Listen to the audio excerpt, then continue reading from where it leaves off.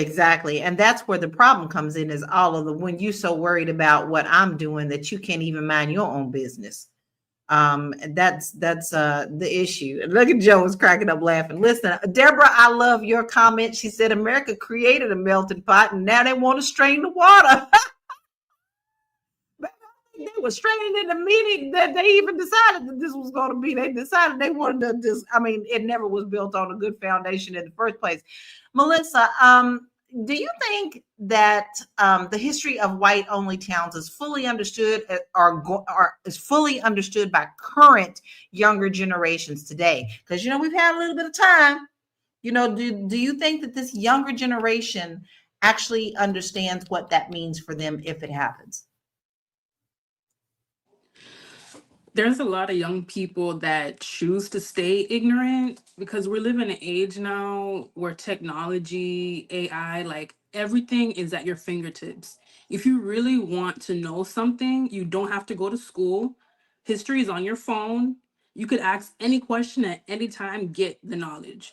But a lot of young people, especially those that benefit from white supremacy, they they're okay with it, like they don't have any need to know or be involved, or they don't get hurt, they're not punished, so they just stay in it. And unfortunately, a lot of Black people, um because of, again, white supremacy, we haven't come to terms with the reality that we live in, even though every day we face it, but a lot of us is very uncomfortable to admit. So that's just what it is, yeah. You know, I think we've become so used to it. You see a lot of videos now where people are being called out and then people find the people and then they, get punished. But, I think that we've seen this for so long that this is something that we know that we have to deal with every single day. So, Dr. Sabrina, I want to know, what role do you think that culture plays in the conversation around segregation versus integration?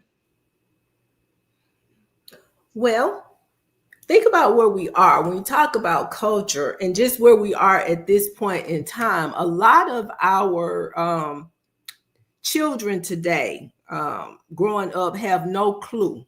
They don't know. When we talk about this whole conversation of segregation versus integration, they've only lived a life experience that involves integration.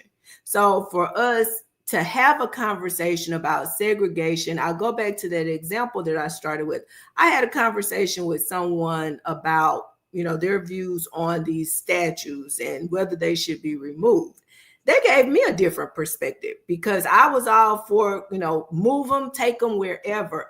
And they said to me, with all of our history being removed from the history books, and it's almost as if we never existed, if we don't have something that we can point to, and as we're having these conversations with our children who never experienced these things, if we don't have something physical that we can just say, see, this is what I'm talking about, then how will we really be able to impress upon them what this time was like? We won't have anything. It would just be as if none of this stuff ever happened. So I think when you talk about the culture, where we are as a people and the type of conversations that we're even having as a community, oftentimes, if you were not a part of that, I was born in the 70s.